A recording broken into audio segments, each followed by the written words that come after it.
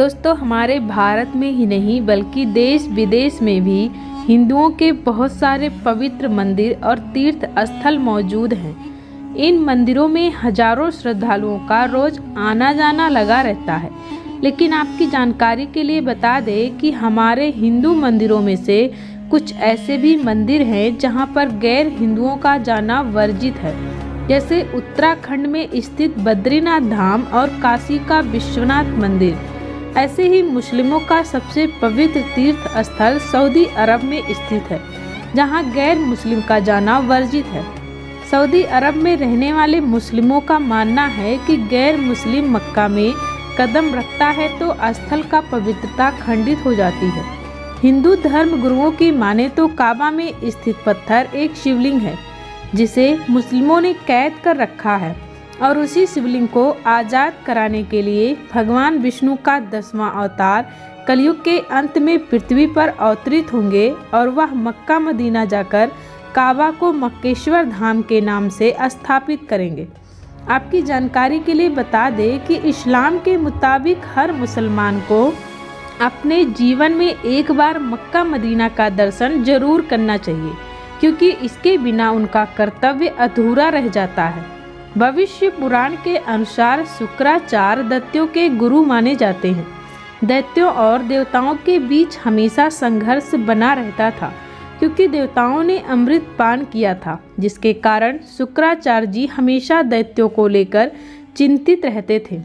इसीलिए उन्होंने भगवान शिव का कठोर तपस्या किया। शिव जी ने प्रसन्न होकर शुक्राचार्य को एक शिवलिंग प्रदान किया और कहा कि इस शिवलिंग को ऐसी जगह स्थापित करना जहां किसी देवता की नज़र ना पड़े, क्योंकि जब तक इस शिवलिंग की पूजा दैत्यों द्वारा की जाएगी तब तक उनका भविष्य बना रहेगा।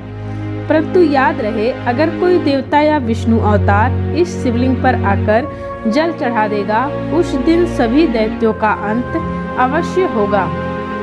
तभी इस भय से शुक्राचार्य ने उस शिवलिंग को रेगिस्तान में स्थापित किया। बाद में उस शिवलिंग का सभी दैत्यों ने पूजा करना शुरू कर दिया। आज वही शिवलिंग मक्का मदीना में स्थित है। दोस्तों, प्रत्यक्ष रूप में मुसलमान आज भी मक्का में उस शिवलिंग की पूजा करते हैं। ऐसा भी माना जाता है कि मक्का में भगवान शिव को कैद किया गया है और जिस दिन कोई हिंदू जाकर उन पर गंगा जल चढ़ा देगा, उस दिन वह आज़ाद हो जाएंगे। इसलिए गैर मुस्लिमों का मक्का में जाना वर्जित किया गया है। यह बात कितनी हद तक सही है या तो किसी को नहीं पता, पर मक्का में शिवलिंग है या नहीं, इस बात को जानने के लिए सबसे पहले जानना पड़ेगा मक्का और मोहम्मद के बारे में। इतिहासकार के PM ओके ने अपनी पुस्तक वैदिक विश्व राष्ट्र का इतिहास में विस्तार रूप से बताया है कि मुस्लिम लोग मक्का में शिवलिंग की पूजा करते हैं। कहा जाता है कि मोहम्मद का नाम कुरैश भी था। महाभारत काल में कौरव के गुरु वंशज थे। महाभारत युद्ध के बाद जो बच्चे वह भारत छोड़ दूसरी जगह चले गए, कौरव कुल के वंशज ही कुरैश कहलाते थे। उसी वंश में मोहम्मद का भी जन्म हुआ था। मोहम्मद के पिता भगवान शिव के परम भक्त थे, इसलिए उन्होंने घर के प्रांगण में भगवान शिव के मंदिर को बनाया था। उस मंदिर में 365 मूर्तियों को स्थापित किया था।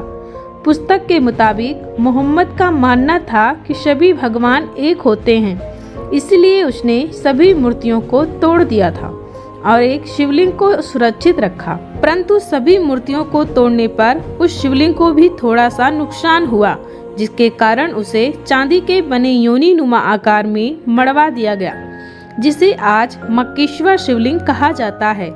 यह वही शिवलिंग है जो मक्का में स्थापित किया हुआ है। हैरान करने वाली बात तो यह है कि इस्लाम में किसी पत्थर को पूजना शुभ माना नहीं जाता। उसी इस्लाम में पत्थर की पूजा किए बिना जन्नत तक जाना असंभव भी माना जाता है। अर्थात मक्का में जो शिवलिंग स्थापित है वही शिवलिंग है जिसे आज मुस्लिम बिना पूजे नहीं रहते। इस्लाम में उसी शिवलिंग को जन्नत का द्वार माना जाता है। दोस्तों, हमारी जानकारी आपको कैसा लगा नीचे कमेंट सेक्शन में हमें कमेंट करके जरूर बताएं। चैनल पे नए हैं तो चैनल को सब्सक्राइब करें। धन्यवाद।